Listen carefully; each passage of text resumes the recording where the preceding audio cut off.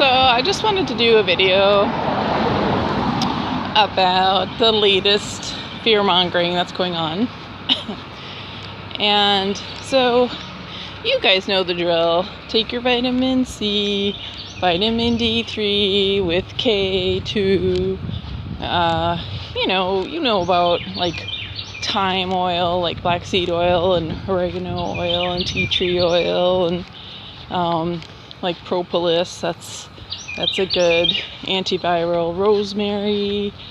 And if things get really bad, find somebody who does intravenous vitamin C, high dose, and I've heard that Andrographis is a good antiviral. So people are buying toilet paper because we know that's the solution to viruses. I don't understand.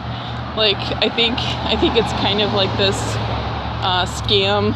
Maybe some paper mill needs money or something like that, and I don't know, because like my grocery store doesn't have paper toilet paper. It has paper towels.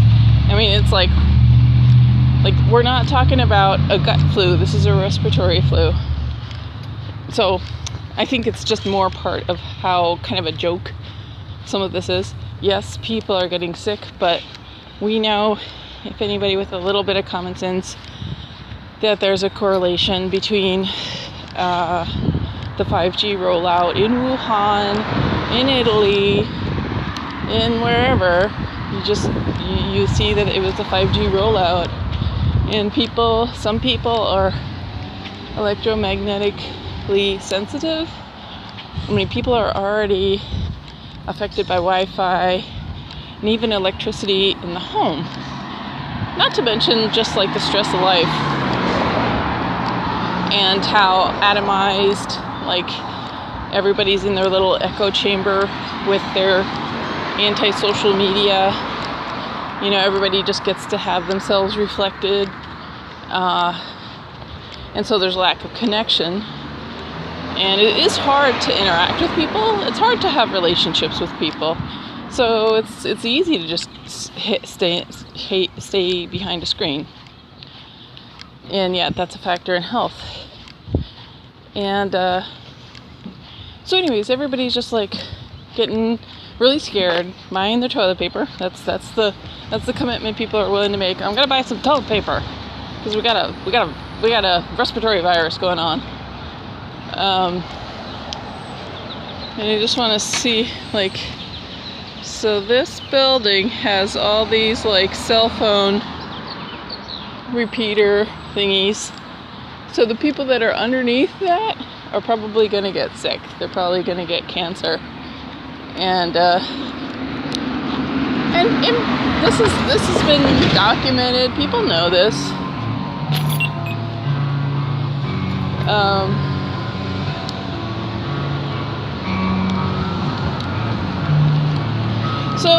So people are all freaking out, gonna stay at home, keep their kids out of school, and maybe not go to work or something like that. So let's say you do get sick. So apparently there's a 90% recovery rate as long as you're not bathing in 5G.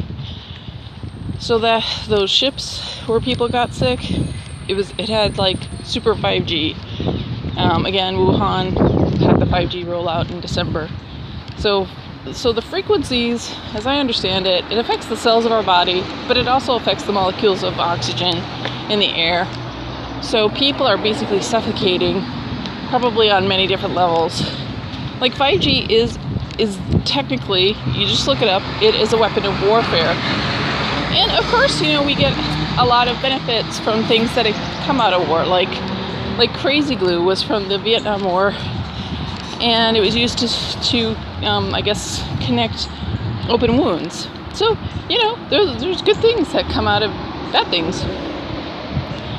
But back to this kind of situation, where I think it's just a lot of kind of bizarre priorities or recommendations. Another thing that people are recommending is vitamin A.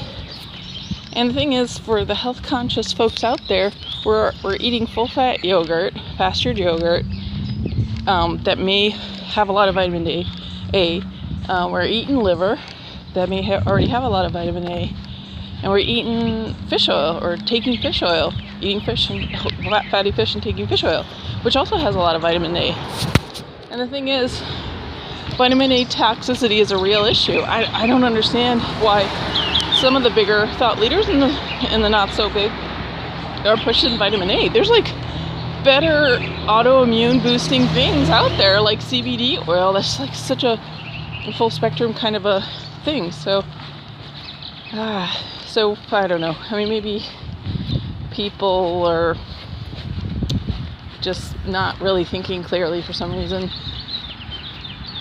But let's say this is some sort of dastardly plague. Something Dr. Klinghardt was saying is flus are usually temporary. They don't last for like decades. Unless it's something like HIV.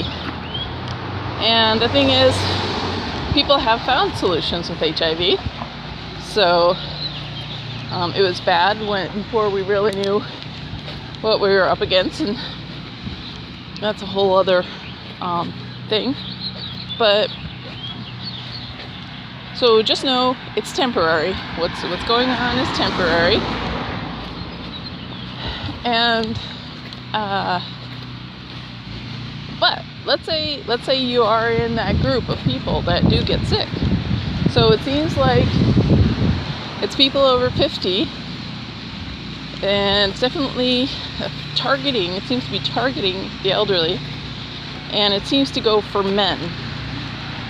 And sometimes it is like that. I remember like reading things about like the plague and whatever in the past, and it was like the strongest, more muscle-bound guys were the ones that fell ill. So I don't completely understand what that's about, but so if you care about an older man, if you're worried about you think about your father or your brother or your husband or your friend, coworker, those are the people that we really need to take care of. And it is interesting that it seems to be targeting that demographic. Like HIV targeted gay men, and they exposed their lower GI tract to things that was really harmful for the gut bacteria, and they were using drugs that suppressed their immune system or affected their immune system. So it was a large amount of people that got sick. So anyways, it seems like some bugs just target certain people.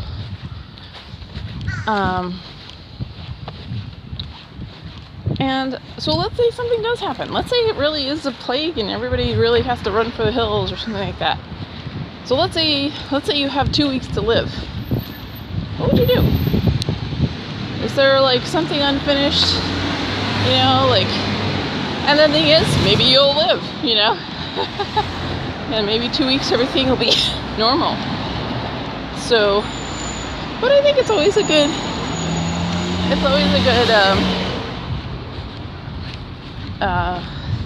thing to do is assess your life. Like when friends of mine have passed away, it's made me take a look at life. So if you had 2 weeks, what would you do? Would you go travel? Would you tell your boss off? Would you call a family member? Go visit a friend?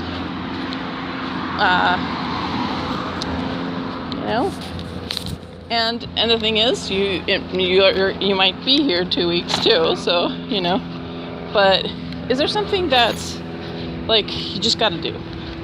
Declutter your house. So you don't want your kids to have to do it, or your spouse, or whatever, your roommate. Yeah, so I think I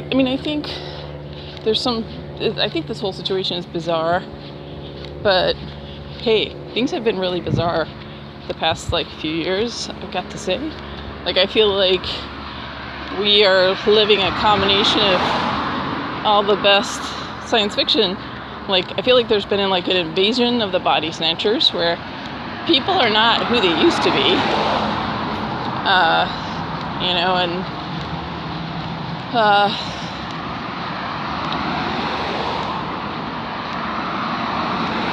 Just looking at some cool free stuff on a corner there.